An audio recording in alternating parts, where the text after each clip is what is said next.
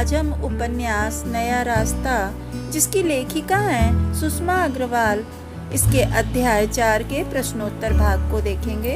यह कहानी एक ऐसी लड़की की है जो यह ठान लेती है कि वह समाज में अपना एक अच्छा स्थान बनाएगी, तो वैसा ही वह कर भी दिखाती है। चलिए हम प्रश्नोत्तर भाग को देखते हैं, लेकिन प्रश्नोत्तर भाग को देखने से पहले इसके अनुच्छेद को समझ लेते हैं। अनुच्छेद है, पोस्टमैन के आने का समय हो रहा था, घर में सबको इंतजार था उस पत्र का। यहाँ पर पहले हम अनुच्छेद को समझ लेते हैं। कहानी में मीनू को देख करके मायाराम जी और उनका परिवार जा चुके हैं, लेकिन उन्होंने अपना डिसीजन, अपना रिस्पॉन्स नहीं बताया दयाराम जी को कि उन्होंने मीनू को अपने घर की बहू बनाना स्वीकार किया या नहीं। उन्होंने यह कहा था कि मैं घर जा करके सबसे सलाह करके पत्र लिख करके बता दूंगा। इसी पत्र का दयाराम जी के परिवार को बहुत ज़्यादा बेसब्री से इंतजार था। चलिए अब हम प्रश्न को देखते हैं। घर में सबको किस पत्र का इंतजार था और क्यों? उत्तर देखते हैं।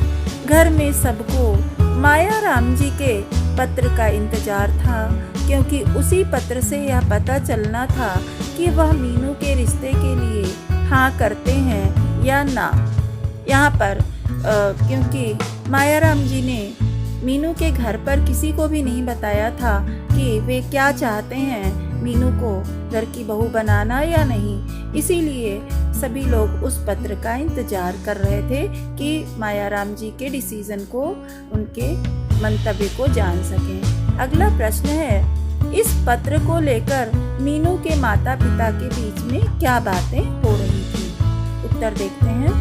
इस पत्र को लेकर मीनू के माता पिता असमंजस की स्थिति में थे, जहां मीनू की मां का मानना था कि शायद यह रिश्ता उन्हें मंजूर नहीं होगा, जबकि पिता कह रहे थे कि वे आपस में सलाह कर रहे होंगे अथवा डाक की गड़बड़ी से भी देर हो सकती है।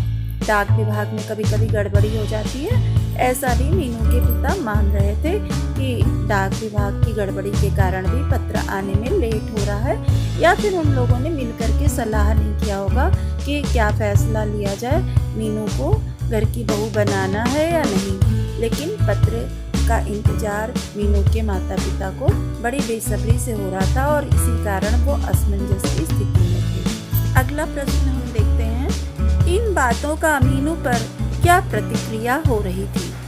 उत्तर देखिए।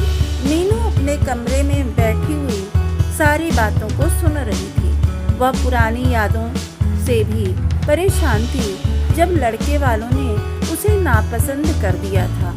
उसे लग रहा था कि इतनी बेचैनी तो उसे अपनी परीक्षा फल को लेकर भी नहीं होती थी। इस प्रश्न के अनुसार मीनू भी बड़ी परेशान थी, क्योंकि इस बार घर के सभी लोगों को लग रहा था कि मीनू का रिश्ता अमित के साथ निश्चित रूप से तय हो जाएगा। लेकिन जब उन लोगों ने कोई भी फैसला सुनाए बिना अपने घर चले गए और पत्र लिखकर बताने की बात कही, तो मीनू भी बहुत ही बेचैन थी। अगला प्रश्न है, मेरठ से पत्र आने के बाद क्या हुआ? उत्तर देखिए। पत्र आने की बात जैसे ही रोहित ने बताई, सभी उत्सुक हो गए, लेकिन पत्र पढ़कर सन्नाटा छा गया। मीनू के अंदर नापसंदगी की बात सोचकर ही हीन भावना भर गई। उसने सोच लिया कि अब वह विवाह नहीं करेगी। यहाँ पर रोहित मीनू का भाई है, यानी दयाराम जी का इकलौता बेटा है।